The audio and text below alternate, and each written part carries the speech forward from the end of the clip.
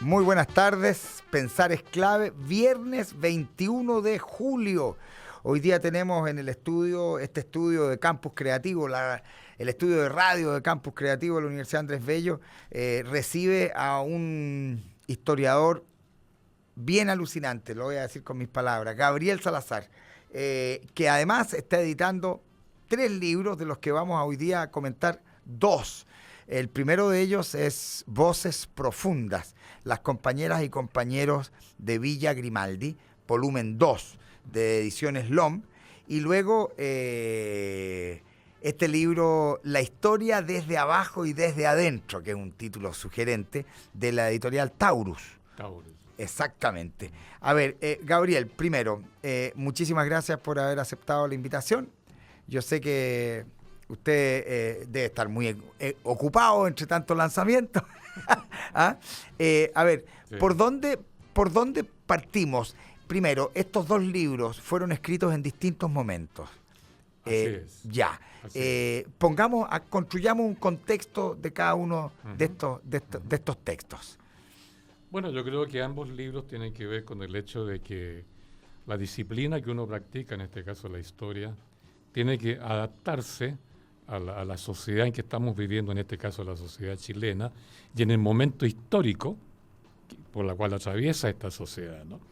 Y es evidente que los tiempos que corrieron después del ciclo Frei, Allende, Pinochet, ¿no es cierto?, son muy distintos a los ciclos anteriores. Perfecto. Ha habido un cambio profundo en la sociedad chilena, en la manera de ser de los chilenos y sobre todo en la autopercepción del ciudadano chileno, ¿no? Entonces eso ha exigido que la disciplina de las ciencias sociales o humanas tiene que adaptarse a los requerimientos nuevos que está planteando este nuevo ciudadano.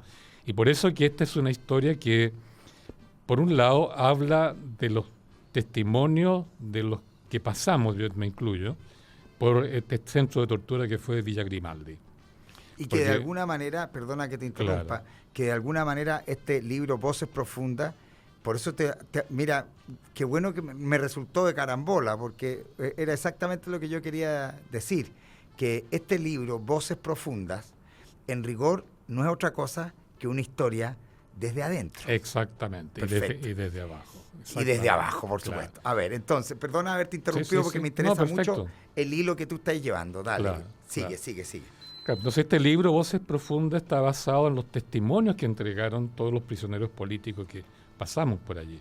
Pero no es un testimonio solo de la tortura, que tal vez que es un elemento más, porque es la historia desde el nacimiento, desde la niñez, de estos personajes, estos rebeldes, ¿no es cierto?, que nos construimos como rebeldes y llevar toda una vida rebelde que nos condujo precisamente a pasar por Villa Grimaldi, después por el exilio, después por el retorno. Entonces una trayectoria vital que atraviesa todo este periodo, ¿no?, Frei, Allende y después hasta el día de hoy, que abarca todo lo que eso implica, ¿no? Porque por un lado esta gente, me incluyo, tuvimos que construir una identidad rebelde. Tuvimos que jugárnosla por esa identidad y perdimos, ¿no? Y perdimos feamente. Entonces, después de eso tuvimos que reconstruir nuestra identidad. Entonces, una historia muy profunda, y por eso el título, Voces Profundas, porque emanan de lo más íntimo que puede tener un ser, que es la construcción de su identidad, y sobre todo cuando es rebelde esa identidad. Claro. Y este otro libro, justamente son artículos que abarcan un periodo de 30 años, del 85 hasta el año pasado, 2016, que yo fui escribiendo en función de un historiador que se preocupa de estos problemas vivos, no muertos, de la sociedad. Por eso la nueva historia, que es muy distinta a la vieja historia, porque la vieja historia miraba para atrás solo al pasado. Exacto. ¿No es cierto? Hechos que ya transcurrieron, que están muertos, que están cristalizados. En cambio, acá no. La historia que yo practico se instala al interior de los que vivimos en esta generación y por tanto en nuestra memoria viva, en nuestras angustias, en nuestras preguntas y además nuestra proyección de futuro. Entonces, por eso este otro libro son los artículos que fui escribiendo para tratar de mostrar cómo la historia se adapta a esta nueva generación de chilenos, ¿no? Y de ahí el título que tiene Desde abajo, no desde el Estado, sino desde el ciudadano mismo, y desde adentro, o sea, de nuestros más profundos sentimientos y esas bases sobre las cuales construimos nuestra identidad. Maravilloso. Estamos conversando con Gabriel Salazar y quería justamente aprovechar esta introducción en la que tú hayas hablado de estas dos publicaciones para hablar justamente del sentido de la historia hoy, que creo que es relevante para entender cómo estas voces, ¿sí? Construyen de alguna manera no solo una historia, sino un devenir. Exactamente. Entonces me interesa mucho tu visión respecto de cuál es el rol de la historia hoy. Exacto. Bueno, lo que pasa es que tiene que ver también con la pregunta de qué es realmente lo histórico. ¿Se fija? Porque en la historia tradicional lo histórico era el pasado, el hecho ya transcurrido, lo más lejos posible, de manera que no pueda influir la subjetividad del historiador en la construcción objetiva de ese hecho ya muerto. ¿Te fijas? Entonces, claro, ahí la historicidad se asocia a la palabra hecho, lo ya hecho, la cosa ya objetivada, y mirando además hacia atrás, dándole la espalda al presente. De ahí que casi todo el mundo entiende la historia y la ciencia del pasado. Perfecto. Que es una definición antigua, absolutamente añeja. Añeja. En cambio, la historia que hoy día se practica, particularmente la historia social, que es una disciplina que yo practico dentro del gran conjunto que es la historia, entiende que lo histórico no es el hecho pasado, sino el momento presente mismo, que hablamos nosotros de historicidad, que es el momento en que uno recuerda el pasado, ¿verdad? Como un criterio, como un conjunto de verdades que uno ha experimentado de alguna manera. Como aquello que ilumina un presente. Claro. Y a partir de esos hechos, esas verdades que yo tengo dentro de mí, mi propia memoria, yo determino mi conducta hoy. Y tomo decisiones. Toda decisión es un riesgo, porque me puedo equivocar, ¿no? O puedo no tener un buen conocimiento del pasado, del presente y del futuro.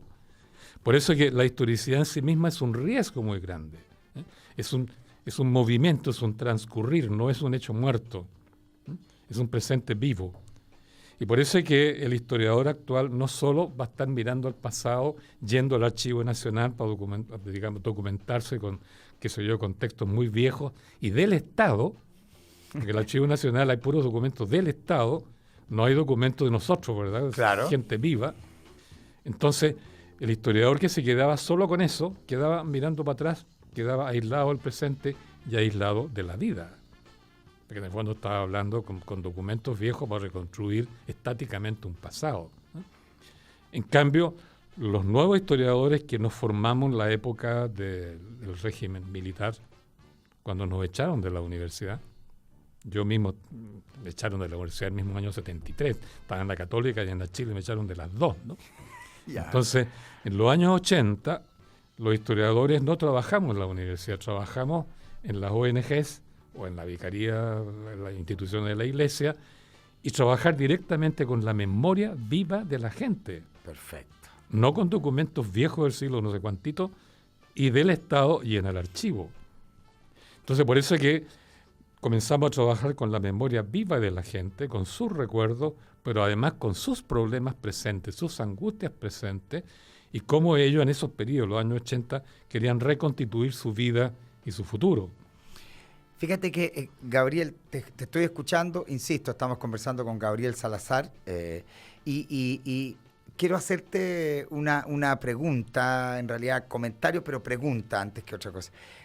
Tengo la sensación de que la historia, hoy, más que nunca, tiene de alguna manera un movimiento, ¿cómo decirlo?, contrario a lo que el arte ha tenido durante el siglo XX, digamos. Es decir, el arte transitó hacia la abstracción. Hacia la abstracción, claro. Y de pronto, claro, se une con la historia en el proceso de subjetivación, ¿sí?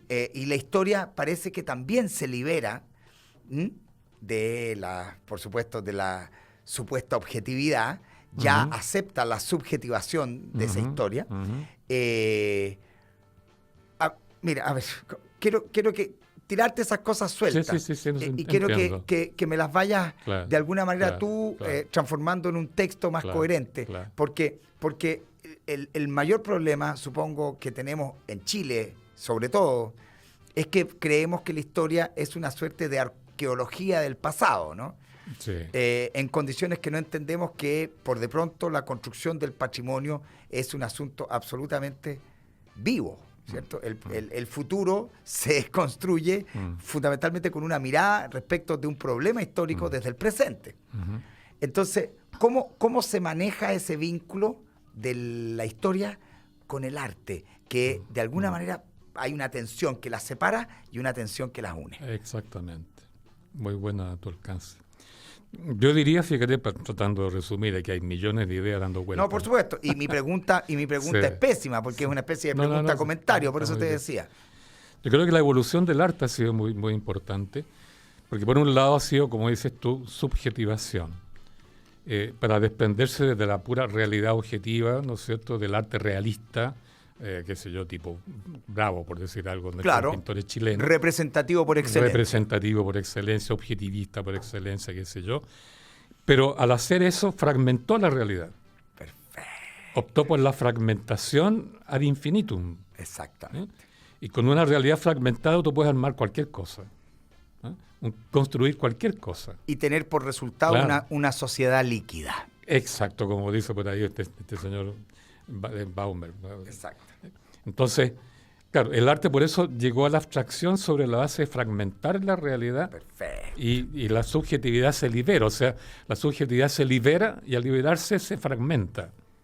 Y en la fragmentación encuentra un mundo que puede ella manejar sobre la base de articularlo de cualquier manera, aleatoriamente, porque no está regido por leyes reales. Entonces, claro, la liberación se expresa de esa manera. En historia hay liberación del pasado como una mole objetiva, ¿te fijas? Pero al mismo tiempo fragmentada, porque al subjetivarla, la ciencia reúne en el aparato objetivo las verdades, ¿no? Pero a la subjetivación la fragmenta en los sujetos. Pero los sujetos tienen que construir un futuro, un proyecto futuro, una identidad para el presente futuro. Y para eso integra. Perfecto. Integra fragmentos. Integra su pasado, integra los datos del presente, integra la expectativa, las metas, los valores que definen su futuro. Por eso es que el proyecto histórico es integracionista. Y por eso que...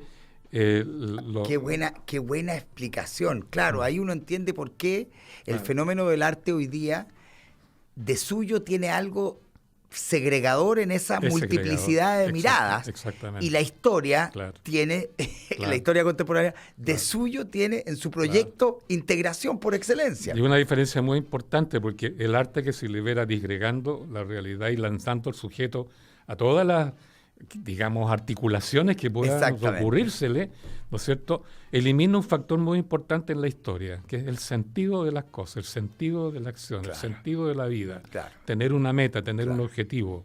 ¿Fijas? En cambio, cuando tú bajas a los sujetos en la vida misma, el sujeto tiene que construir un sentido para su existencia.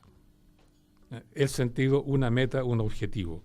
Y por eso este libro, ¿verdad?, está escrito en esa clave. Exacto. Porque somos todos, pues yo me incluyo ahí, somos todos los que en los años 60 pensamos un sentido de liberación colectiva, de construir un nuevo hombre, una nueva sociedad, una nueva comunidad sobre la base de nuevos valores y un nuevo tipo de vida.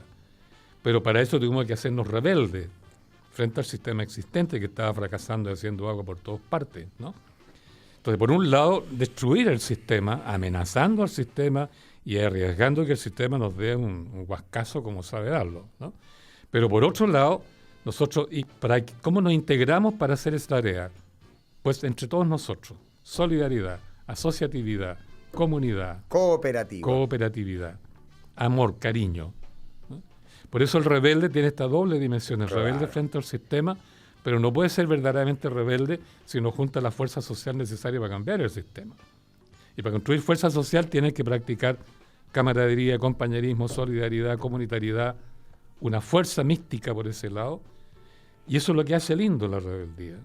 El compañerismo, ¿te fijas? El humanismo que hay ahí.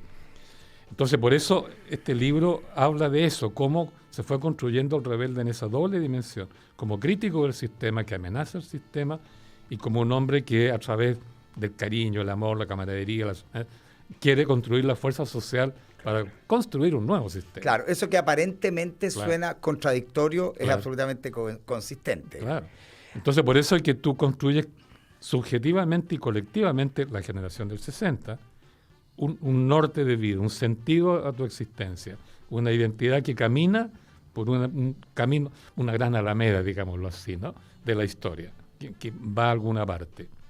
Entonces, por eso es que el libro va por ahí, empieza por ahí, pero luego se confronta con la realidad de la dictadura brutal, violación de derechos humanos, tortura, muerte, violación de mujeres, etcétera, con todo el horror que puede tener la no humanidad.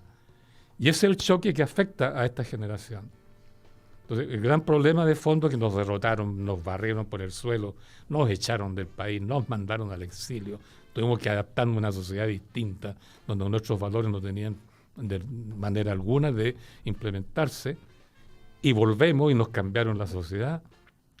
¿Cómo se reconstituye, cómo se reconstruye allí un sujeto? ¿Te fijas? Sus valores, su solidaridad, sus críticas. Después que te han derrotado y pasaste 20 años derrotado y vuelves viejo a este país. Porque los ex prisioneros que están en Chile, que tienen todo un movimiento, ¿no es cierto?, los prisioneros políticos, son todos viejos de mi edad, pues, más o menos, poco menos diría yo. Yo soy mayor que el promedio. Entonces, esa es toda la historia, ¿no? Entonces aquí está la historicidad, tal como la entendemos nosotros, está en el punto álgido de ebullición. Yo creo que eso es lo que hace importante, creo yo, este libro. Estamos conversando con Gabriel Salazar de estas dos publicaciones que claro, que una ya fue lanzada y la otra está por lanzarse, ¿no? Así es. Estamos hablando en específico de Voces Profundas, las compañeras y compañeros de Villa Grimaldi, volumen 2 de Ediciones LOM, y luego esta Historia desde abajo y desde adentro, ¿sí?, de Gabriel Salazar. Yo no sé si nos quedan unos minutitos. Perfecto, maravilloso, nos queda tiempo todavía.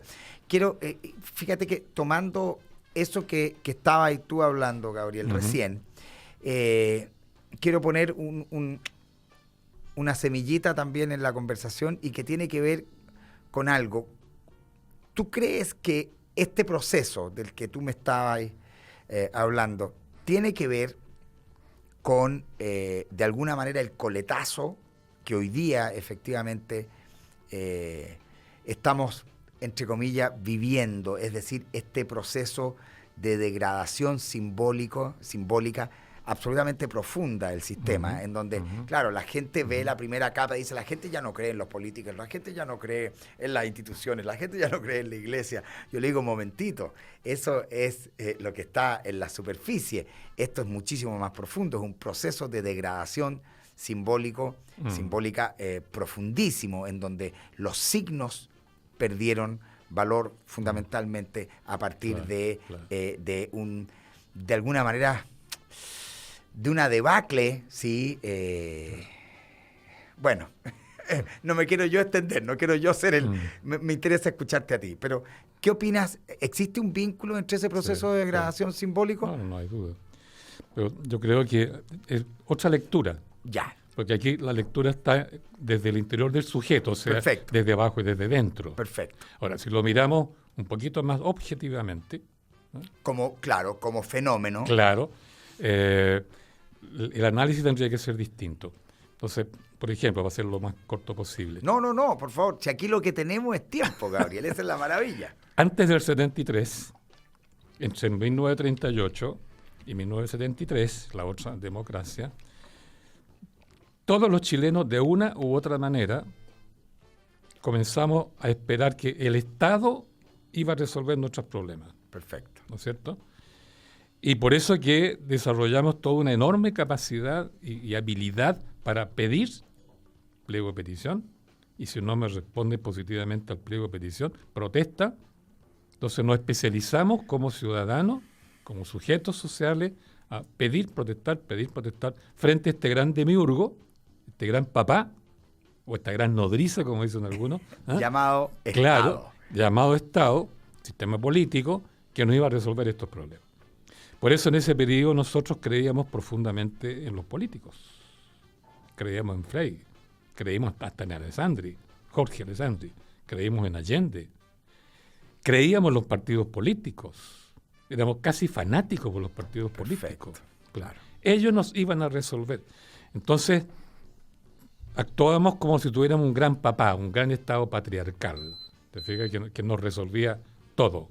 Una especie de superhombre, ¿no? O mujer maravilla, si queremos poner, para estar al día. Para estar al día, claro. Exactamente. ¿Qué pasó con el régimen militar y de violación de derechos humanos? Para decirlo más resumidamente. No. ¿Qué hizo Pinochet? No resumas, por favor. Lo que hizo Pinochet es pulverizar de una plumada este Estado, este gran patriarca, este señor que nos resolvía todo, y nos dejó un vacío. Eso provocó un enorme cambio en todos los chilenos, jóvenes, viejos, sobre todo los más viejos que todo, porque al no tener este gran papá, ya no podíamos pedir, era nuestro enemigo inclusive, se transformó en enemigo. Ya no podíamos pedirle ni confiar en él. Entonces, ¿qué hicimos? Luego de mirar durante 30 años hacia arriba, o 40 años, hacia arriba, y esperar la esperanza de que llegaran las soluciones, nos miramos cara a cara, ojo a ojo. ¿Qué hacemos, viejo? ¿Qué hacemos, vieja? ¿Qué hacemos, chiquillo? Y comenzamos a conversar. Por eso, los años 73 hasta el 90, toda la sociedad civil, bueno, los más afectados por el golpe, ¿se entiende? Conversamos, dialogamos. De ahí que aparecen conceptos nuevos, jornadas, talleres, encuentros, ¿te fijas? Seminarios, sobre todo la palabra jornada, y aparecen espacios para mostrarnos los recuerdos, digamos, cada uno mostrando los recuerdos. Y están, por ejemplo, las capillas de la Iglesia Católica, donde nos reuníamos, está Punta de Chalca, donde se reunían hasta los dinos de la policía secreta de Pinochet, también fueron a reunirse allá una vez por lo menos a Punta de Chalca. O sea, iniciamos una conversación porque ya dejamos de creer en este gran papá y comenzamos a creernos y a confiar entre nosotros. Entonces, eso provocó un cambio enorme en las bases de la política. Perfecto. Por eso hoy día no creemos en los partidos políticos. El 98%, según la encuesta de los chilenos, qué impresionante, no cree. Pero es que es la crisis total. Total. Hay que decirlo así, de esa manera. Claro. No se cree en el sistema político, no se cree en el modelo. Y por eso los pobres partidos políticos, los políticos no hayan que hacer para recuperar su representatividad, que bueno, por lo demás nunca la tuvieron realmente como debe ser, ¿no? Y eso explica por qué las Naciones Unidas, cuando hizo un estudio de la situación de los chilenos, pero ahí por el año 98, 96, 98, llegó a la siguiente conclusión. En Chile, la política se ha comenzado a ciudadanizar y a desestatizar y a despolitizar en el sentido de los políticos y los partidos políticos, ¿no? Entonces, entramos en una nueva etapa histórica.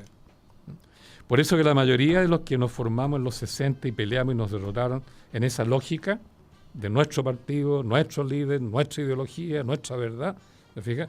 Nos encontramos con un mundo muy cambiado, no solo el Estado y la política, sino que los mismos chilenos. Y eso explica por qué es necesario hoy día trabajar la historia, las ciencias sociales, la educación de otra manera. Y por eso las reformas educacionales que se están haciendo en Chile no entran en esta lógica de un ciudadano que está despertando, que se está potenciando, o sea, que está creyendo en sí mismo. Exacto. Y estamos, por tanto, en la construcción de nuevas identidades, con nueva definición de sentidos, de metas, de nortes, pero esto es muy nuevo, porque es muy distinto al pasado anterior. Y por eso el conflicto de la ciencia. ¿Qué hacen las ciencias sociales? ¿Siguen como antes? ¿Se meten en la universidad para producir profesionales, pero no para pensar el país? Claro. Exactamente. Entonces, eso es lo que no hace la historia social. La historia social entendió que tenía que quedarse con la gente, con los ciudadanos, con los pobres, con los jóvenes, con las mujeres, qué sé yo, y mirar toda esta realidad desde allí, desde abajo y desde adentro. Maravilloso. Estamos conversando con Gabriel Salazar, justamente de estos dos libros, Voces Profundas y La Historia desde abajo y desde adentro. Tenemos que ir a una pausa, sí, tenemos que ir a una pausa pequeña. Nos acompaña Lubritec, el aceite de motor revelación de los últimos años, que lubrica el sistema social, podríamos. Pero sobre ruedas. Pero sobre ruedas, claro. Lubritec, la pieza clave de tu motor. Volvemos inmediatamente, ¿eh? Espérennos unos poquitos segundos y seguimos conversando con Gabriel Salazar.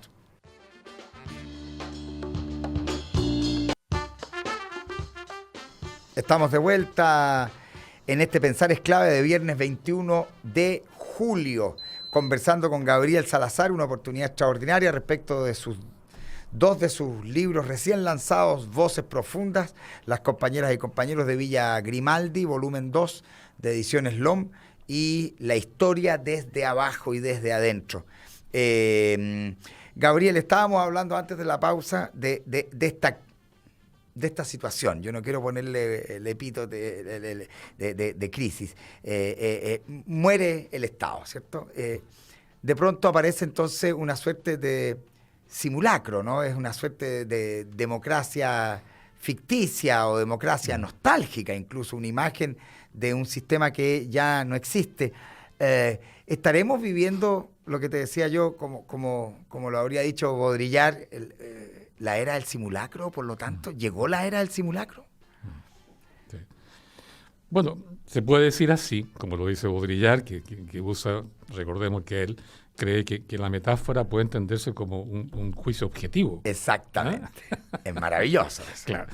Como idea, digamos, estética, desde el punto de vista filosófico, te crea dudas y problemas profundos, digamos, muy interesantes. Claro. Pero uno puede decirlo de otra manera con lenguaje histórico, digamos. Ya. Entonces yo podría decir, lo que hizo Pinochet fue borrar absolutamente el Estado anterior. Y ahí quiero recalcar esa idea, porque muchos dicen todavía terrorismo de Estado para referirse a la violación de derechos humanos de ese periodo. Pero la pregunta es, ¿había Estado? Perfecto. Porque si no respetó la Constitución, cerró el Congreso, cerró los partidos, atacó a los sindicatos públicos, mató gente, torturó gente, violó mujeres. Claro. ¿Hay Estado allí? Exacto. Para que haya Estado tiene que haber un mínimo de Estado de derecho, como se dice. Y ahí no había. Entonces, lo que hizo Pinochet fue borrar absolutamente el Estado en sus bases normales, digamos, de un Estado de derecho.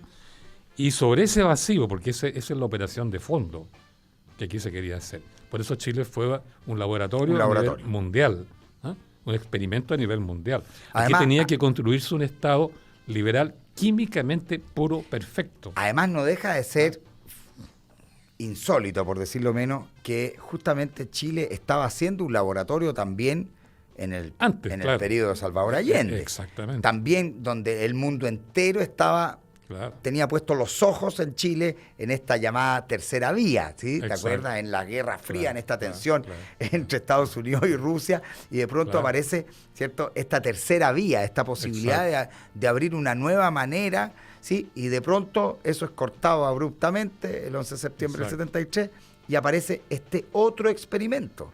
Claro. El experimento Allende, que digamos todos los líderes de izquierda del mundo, de China, de la Unión Soviética, etcétera, hasta de Argelia, ¿no? que era una ilusión, ¿no? Pero Allende se la jugó. Pero el problema estaba en que si el proyecto Allende hubiera triunfado, hasta el final, digamos, hubiera triunfado, habría sido un modelo que habría sido rápidamente imitado por el resto de América Latina, y no solo por América Latina, sino por la socialdemocracia europea, en Francia, que sea incluso en Alemania, Italia. Entonces era peligrosísimo para Estados Unidos, ¿no?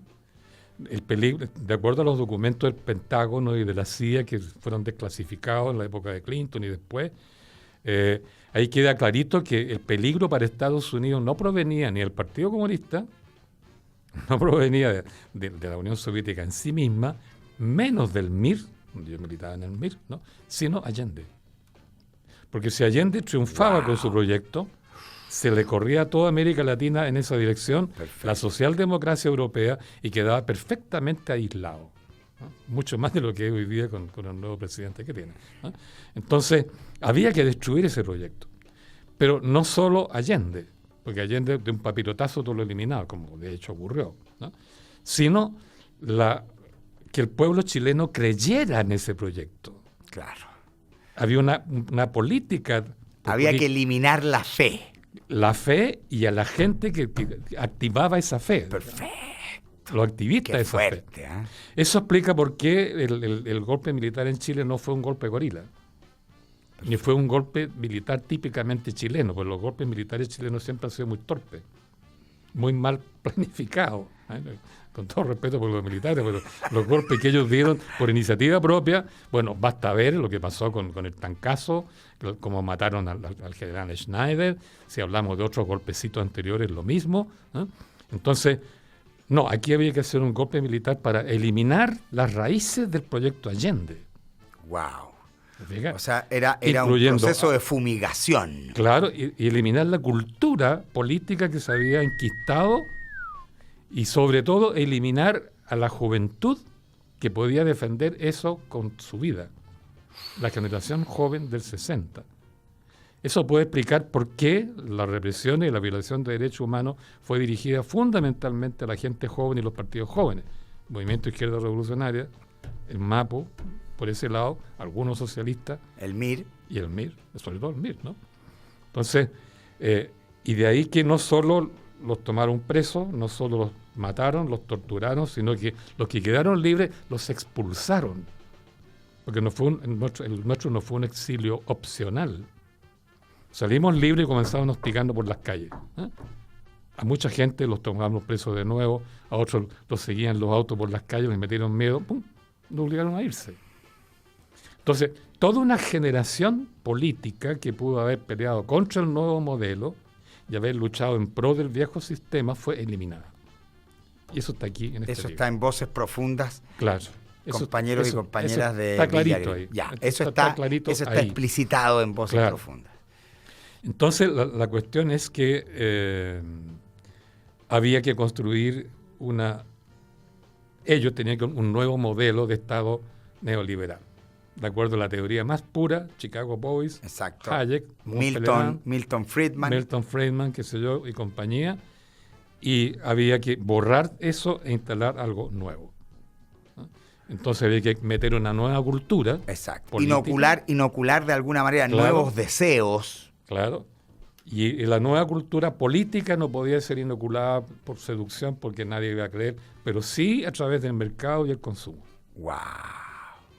Pues el modelo tiene una parte terrible que es el modelo neoliberal en sí mismo, pero la estrategia del mercado, el consumismo, la concesión de crédito, te ofrecen crédito a cada rato para que compre, era la base de crear un nuevo, como dijera, una cultura cívica pasiva. Perfecto. Volcada al consumo individual, eliminando la solidarización de los grupos que buscaban un cambio profundo. Entonces, por eso que... Y sobre todo instalando de alguna manera esta lógica de la sobreinformación y como tal el proceso de anestesiamiento social, digamos. Claro.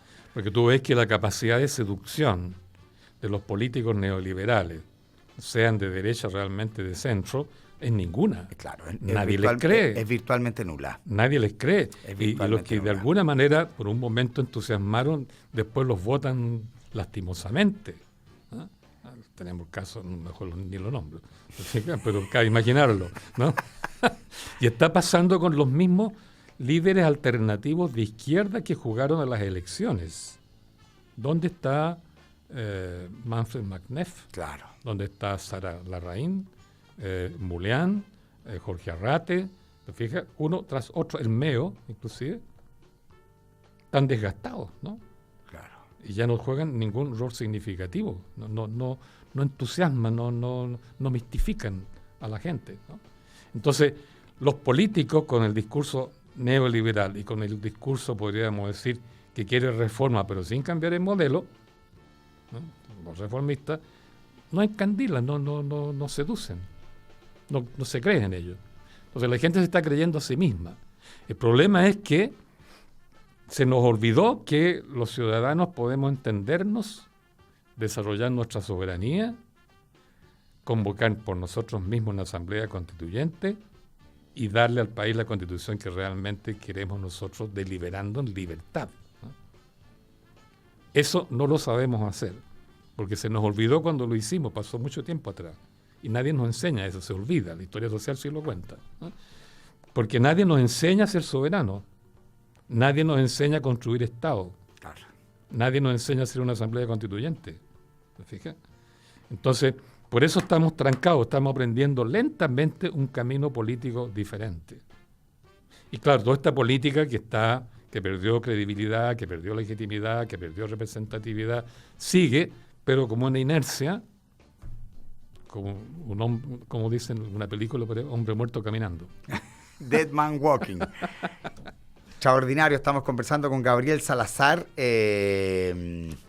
Propongo que escuchemos algo de música. A ver, yo propongo que escuchemos Losing My Religion, a propósito de lo que estamos hablando. ¿Ah?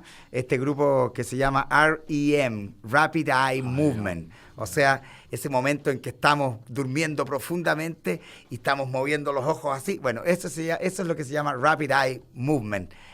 Un estado, digamos, de sueño profundo. Y claro, perdiendo nuestra religión. Estamos de vuelta, ahí estaba la buena música de R.E.M. Estamos conversando con Gabriel Salazar de estos dos libros, La historia desde abajo y desde adentro, y Voces profundas. Gabriel, yo quiero hacerte una pregunta muy difícil, porque tú eres historiador, no eres prestidigitador. Entonces, yo quiero preguntarte, a partir de esto, de estos dos libros, de lo que hemos estado conversando, ¿cómo podríamos imaginar el futuro en los próximos años, no solo en Chile, ojalá en el mundo, pero sobre todo en Chile? ¿Cómo crees tú que viene esta mano, digamos? Es difícil, ¿eh? Porque aquí estamos hablando de, claro, te estoy pidiendo de alguna manera el desarrollo de un planteamiento, una tesis de una especulación, digamos, ¿sí? De una mirada especulativa respecto de lo que viene. Pero me interesa mucho, en función de tu experiencia y de tu espesor cultural, digamos, cómo se viene esto, que es una situación muy compleja por lo que vemos, ¿no? Sí. Bueno, yo creo que tendríamos que partir del hecho de que aquí se instaló un modelo neoliberal perfecto. ¿No? Perfecto, o sea, mucho más extremo, digamos, que lo que hay en Estados Unidos, incluso en el sudeste asiático, y mucho más que en Europa. Entonces, por eso es que en este modelo neoliberal llevado al extremo se produjo una penetración por el capital financiero globalizado internacional, profunda, que implicó la destrucción de las pocas industrias que teníamos. Porque es penosa la cantidad de industrias. Conversábamos el otro día nomás de cómo Chilevisión se fue donde estaba la Machaza. Textil, o Machaza, como le llaman, la industria textil más grande de América Latina. Claro. Tú recién me estabas diciendo tú, no me acuerdo quién, que aquí se instalaron ocupando una fábrica que había aquí también. Claro. ¿Eh? O sea, se ve claramente cómo la producción industrial en este país fue desmantelada. Perfecto. Nunca fue muy grande, fue siempre una minoría incluso reprimida. Pero hubo algún intento con la Corfo y compañía de desarrollar eso, un intento a media en todo caso. Otro día conversamos el punto. Pero fue desmantelado, ¿te fijas? Y nos llega el capital financiero internacional y el capital comercial y nos ha llenado de productos importados. El 95% de lo que se consume en este país es importado, ¿no es cierto? Entonces, tenemos encima la globalización en su forma más extrema posible. Es decir, el país botó todos sus aranceles aduaneros, todos los obstáculos al comercio exterior en este país desaparecieron. Entonces, estamos enfrentando la globalización en su naturaleza más pura, digamos. Y más brutal. Claro, y más brutal. Y para engatusarnos un poco, ¿no? Este problema de enfrentarnos directamente al corazón del capitalismo globalizado, nos incorporan a la OCDE, a la OCDE. Que son los 30 países, No. se supone, más desarrollados y neoliberales. Nos del hacen mundo. parte del club. Entonces, claro, nos dicen, miren, ustedes están en el club de los países desarrollados, ¿no? Han alcanzado otra etapa, triunfaron, una cosa así, ¿no? Y eso les da entonces la seguridad en sí misma de nuestras élites, sobre todo empresariales, y de derecha, y de los centro-izquierda, que en este país son los que han administrado el modelo, ¿eh? No lo han cambiado, lo han administrado. Bueno, digo todo esto porque el viejo conflicto mundial este versus el oeste, la Unión Soviética versus la OTAN, digamos, Pacto Varsovia versus la OTAN, o el conflicto mundo desarrollado versus el tercer mundo subdesarrollado. Que es maravilloso cuando se habla de Claro. mundo desarrollado o primer mundo y tercer mundo. Exacto. En condiciones que no hay un segundo mundo. Claro, que eran gigantescos conflictos estructurales, ¿no es cierto? Gigantes enfrentándose, ¿eh? De una u otra manera. Desaparece ese conflicto. Entonces el conflicto hoy día, mirándolo, para resumir un poco todo el problema, es el mundo globalizado que domina el mundo, digamos el capital financiero globalizado que domina el mundo, y su manera de actuar directamente en el territorio. Perfecto. Y ahí entra como en Chile como gran capital extractivo, no industrial, extractivo, ¿no? Entonces extrae el cobre en cantidades pero monstruosas, porque en el tiempo de Allende la producción e exportación del cobre chileno, que ya era un segundo o tercer país, eran 340, 400 mil toneladas a todo reventar. Hoy día estamos en 5,5 millones de toneladas. O sea, la extracción es brutal de nuestra riqueza. Vamos a hablar también de extracción de la madera, con bosques que no son autóctonos, están destruyendo el bosque nativo. Privatizaron el agua, ¿no? Es decir, el contacto entre la comunidad local de vida y el capital globalizado es de tal naturaleza que está destruyendo las condiciones de vida, el medio ambiente. Eso explica por qué en el norte los ríos se han secado, ¿no? El río Copiapó, por ejemplo, ¿no? Y cuando hay lluvias grandes ahora produce inundaciones gigantescas, ¿no? Eso explica el desecamiento de las napas subterráneas, donde hay bosques de pino insigne o de eucalipto, ¿no? Que son terribles en ese sentido. Y así otras cosas. Entonces, ¿qué pasa? Que hoy día no es la clase obrera explotada, ¿eh?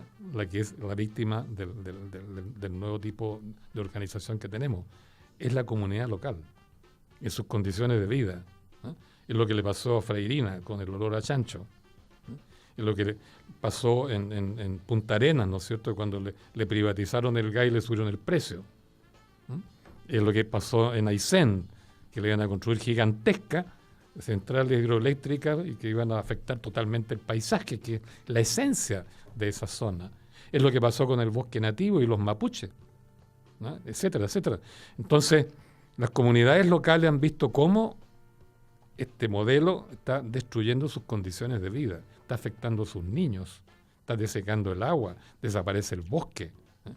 Entonces, ha producido la reacción de las comunidades locales. Hoy día la comunidad local es el enemigo del sistema. El conflicto hoy entre el modelo globalizado y la comunidad local.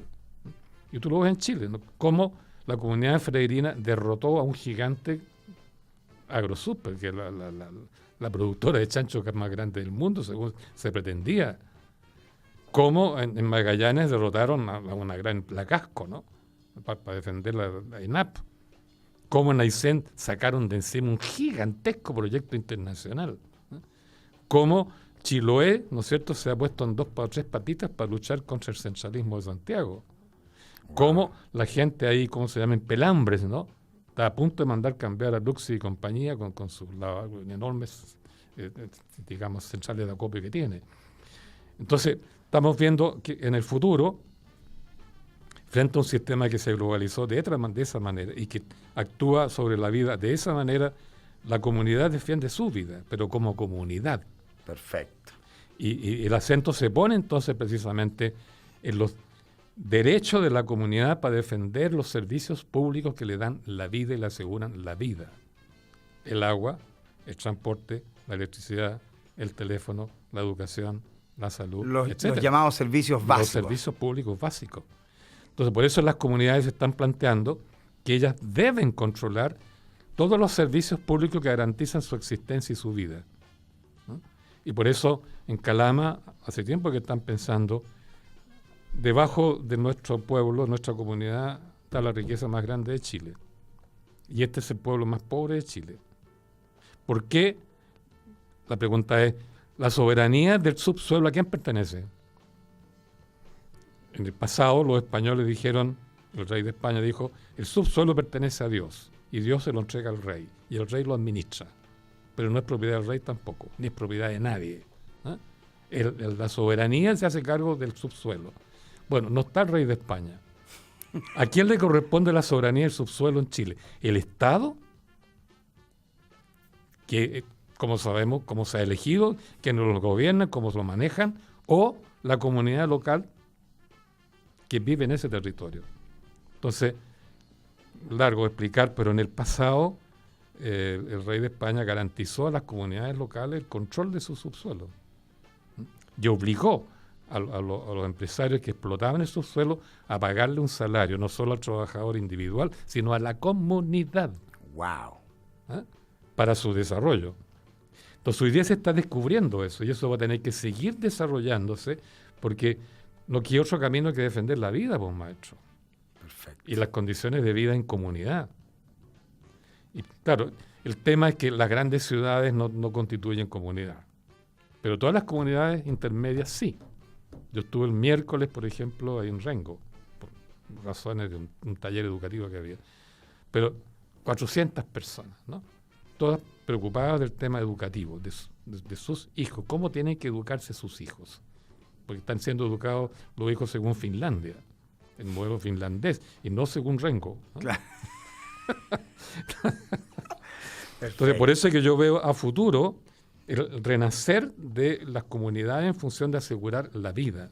O sea, hay un retorno a los valores de la localidad. Exacto. Y eso incluye Wow. la recuperación del sentido del paisaje. Claro. De la condición gregaria de esa Claro. localidad. Claro. Por ejemplo, ahí en Freirina, una de las cosas que más alegaban ellos es que ellos todos los años iban a un rincón del desierto que cuando llovía era florido.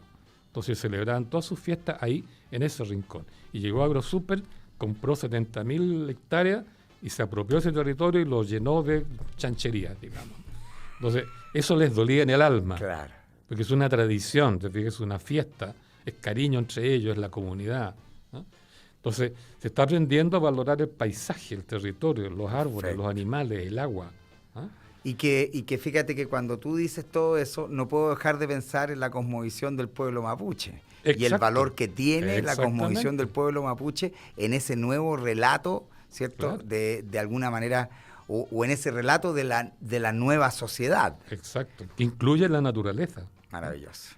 Y yo aprovecharía aquí pasar un aviso, ¿no? Todos los que Yo creo que esta concepción que se está poco a poco instalando en las comunidades, incluso en los jóvenes universitarios que están invitando, qué sé yo, los pueblos andinos, porque vivían en comunidad, ¿no es cierto? Y sus fiestas eran comunitarias, etcétera, etcétera. Porque yo creo que las gigantografías de propaganda comercial, gigantografías que son enormes, los rascacielos, etcétera, las carreteras, esconden, destruyen el paisaje tanto urbano como rural. ¿Sí? Y eso, ¿verdad?, conspira contra nuestro concepto de vida en naturaleza, Absolutamente. con la naturaleza. Absolutamente. ¿No? Y en este país, fíjate, yo estuve en Italia hace poquito y me fijé, ¿hay gigantografía? No hay. No hay. No hay. No hay. No hay. No hay. No, ahí me tocáis un tema que yo me podría alargar a hablar. Me yo imagino. estoy total y enteramente Claro. de acuerdo contigo. Claro, ahí la propaganda está a la altura de las personas. Lógico. Entonces no te ocluye el paisaje. No, absolutamente, absolutamente.